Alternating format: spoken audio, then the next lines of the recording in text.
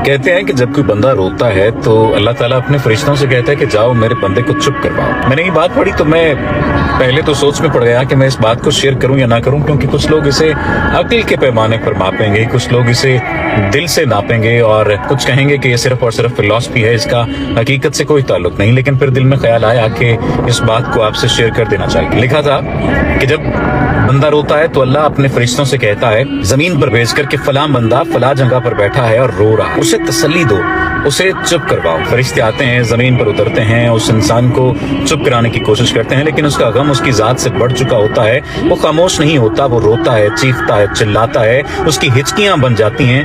फरिश्ते वापस जाते हैं और कहते हैं कि या बारी ताला, वो इंसान चुप नहीं हो रहा, वो रोए जा रहा है। जाने उसे ऐसा क्या दुख है, ऐसा क्या गम है जो उसकी जात के अंदर मौजूद है कि वो चुप नहीं हो रहा। हमने बहुत ज्यादा उसे चुप करवाने की कोशिश की, बड़ी कोशिश लगा ली, लेकिन वो खामोश नहीं हुआ, लेकिन वो चुप नहीं हुआ, वो मुसलसल रो रहा है। तो अल्लाह पाक कहता है कि मुझे पता है मेरा बंदा क्यों रो रहा है, मैं जानता हूं, क्योंकि मैंने उससे उसकी बहुत ही दिल अजीज चीज, दिल अजीज शय, दिल अजीज इंसान ले लिया है और उसे इस बात का गम है और इस गम की वजह से उसका कलेजा फटा जा रहा है और वो रो रहा है। लेकिन मैं ही अपने बंदे के दिल में ये बात डालूंगा कि उससे बेहतर अता करूंगा जो उससे छिन गया। और कह दो मेरे बंदे से कि ला तकनतु मिन रहमतिल्लाह, कि अपने रब की रहमत से मायूस ना हो जाना। अब जब मैंने ये तहरीर पढ़ी तो मैंने पहले इसे अक्ल के पैमानों पर देखा कि ऐसी बात वाला खुदा बारी ताला कहाँ और कौन सी रिवायत में मौजूद है। लेकिन फिर मेरे दिल में ख्याल आया कि मैं ये बात आपके साथ शेयर करूं।